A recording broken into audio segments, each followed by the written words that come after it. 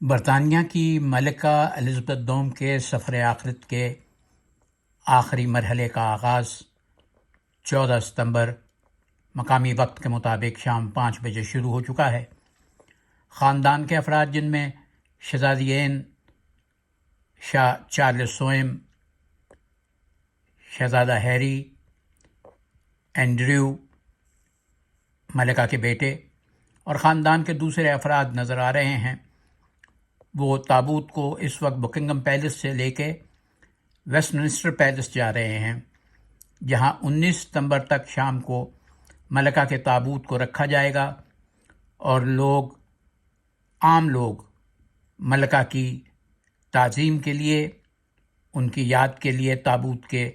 پاس سے گزریں گے۔ اس وقت جب میں آپ سے بات کر رہا ہوں تو وسطی لندن میں ہزارہا لوگ ابھی سے جمع ہو چکے ہیں اور 4 روز تک لاکھوں کی تعداد میں لوگ ملکہ کا آخری دیدار کریں گے تابوت کا، اور پھر 19 تاریخ کی شام کو ونسر کاسل میں ملکہ کو سپرد خاک کر دیا جائے گا اور تدفین کا عمل مکمل ہو جائے گا۔